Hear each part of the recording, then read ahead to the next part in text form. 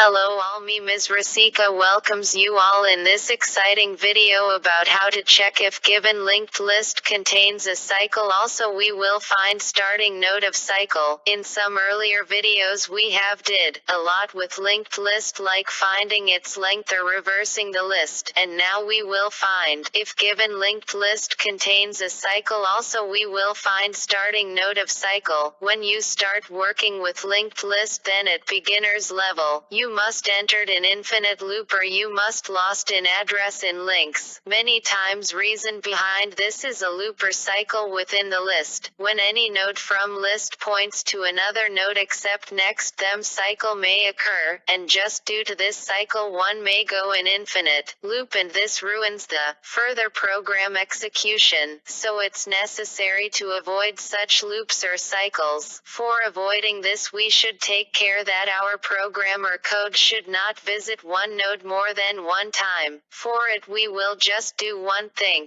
Can you guess it?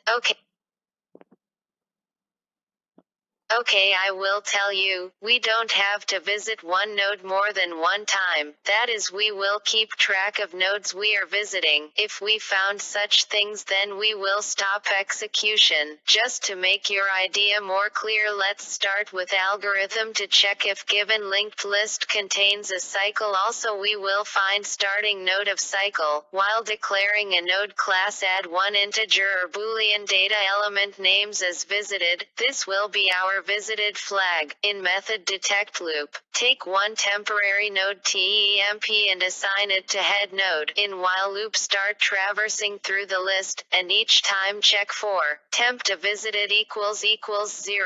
If yes, make visited equals 1. This means we have visited to that node first time and go to next node. But if not, which means this node is visited earlier and cycle or loop is detected here, so break while loop and print user about cycle found. Here temp will be starting of cycle as temp node is visited 2 times. So to make idea most clear with or wasting our time, let's rush tower to programming part 2. Check if given linked list contains a cycle. Also we will find starting node of cycle. Here as usual we have taken two classes, one for node and another for list.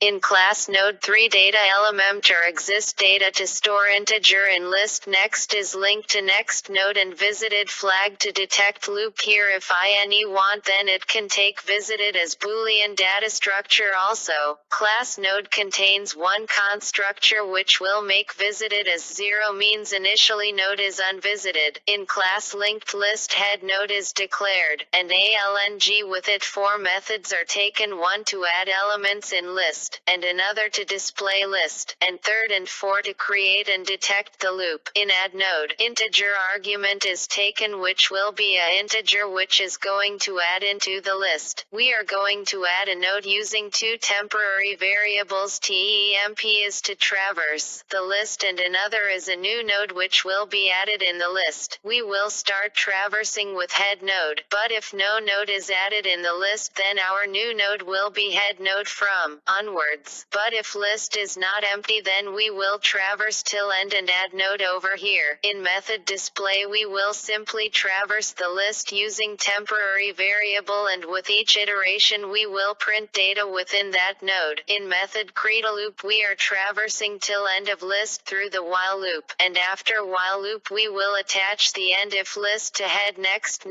means cycle will be created at node number 3. In function detect node, again using temp node we will traverse the list using while loop. In while loop start traversing through the list, and each time check for temp visited is equal to 0 or not. If yes, so make visited equal to 1. This means we have visited to that node first time and go to next node. But if not, which means this node is visited earlier and cycle or loop is detected here, so break while loop and print user about cycle found. Here temp will be starting of cycle as temp node is visited 2 times or more than 1 time. Let's go to main function. Here it is really important to make object of list class. Here list name is a. Firstly we will take number of elements in the list, and using for loop we will add all elements in the list. Here in this code I am not displaying the whole list, but if you want then you can display it over here. Then I will create a loop, and now it's time to detect the loop, and after detecting the loop, execution will stop. So let's start with output of this code.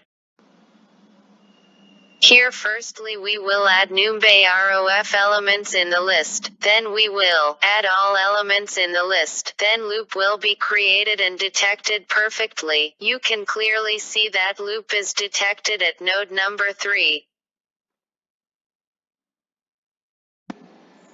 Thanks for watching this video. For such more videos please like and share this video and subscribe to my channel. Thanks for watching this video. Thanks for watching this video. For such more videos please like and share this